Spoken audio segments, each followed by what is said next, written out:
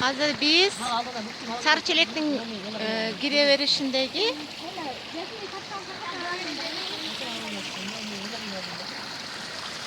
Кайып булакка токтодук.